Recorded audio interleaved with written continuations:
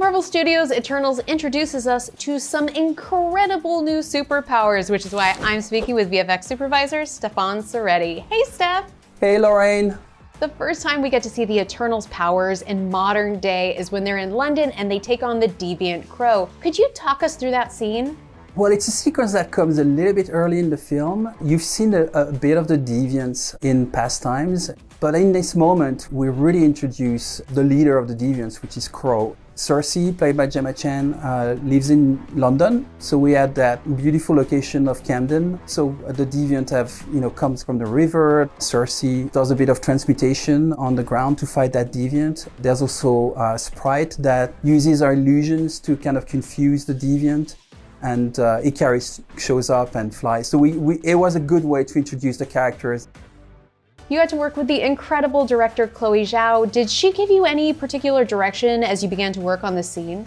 She comes with a background of shooting on location, shooting in nature. So one of the approach for the filming was really to try and shoot on location as much as possible. So we tried to keep the shoot as loose as possible to really frame the actors, how they move and how the camera is moving. Chloe really likes very wide lenses as well, so you see a lot of the environment all the time, which creates some complication for us because you see much more than you usually see when you use longer lenses. Definitely. So let's talk about a few of these moments, like when Sprite manifests all of these different illusions of her and Cersei in order to confuse the Deviant Crow. What was the process like for creating that sequence? We had to do a mixture of shooting on location, then shooting multiple passes with motion control cameras of the actresses on a blue screen stage and being in different positions for every shot, creating that library of elements and matching the light that we had on the bridge. And then also further away from the camera, we could use digital doubles, so animated versions of Sprite and Cersei that we could duplicate and animate in the background and make it feel like there's multiple versions of the two characters. That's incredible.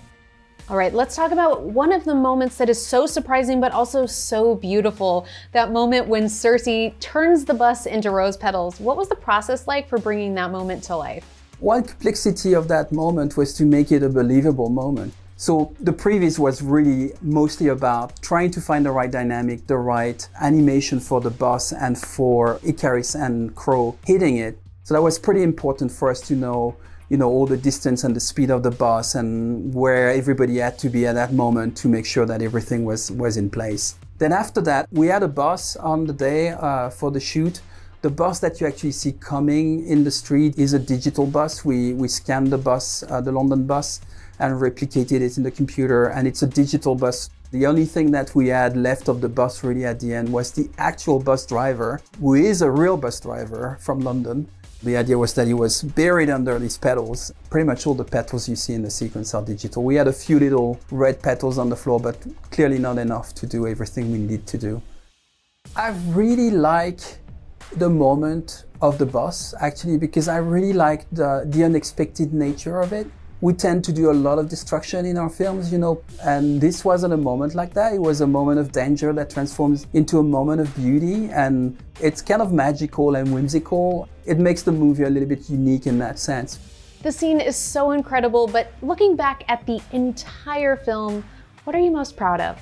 There's so many things in this film. We're creating all these old civilizations and we're nowadays, and then there's stuff happening in space. We've really worked really hard to trying to convey the idea that the events that were happening on a planetary level. Conveying that scale in simulation and effects and all that stuff was really complicated. I'm very proud of what the teams at our visual effects studios have done and how much they've put into, their heart into it. Absolutely excellent work, and thank you so much, Steph. You're welcome. Thank you so much. Everyone, go experience Marvel Studios' Eternals only in theaters now.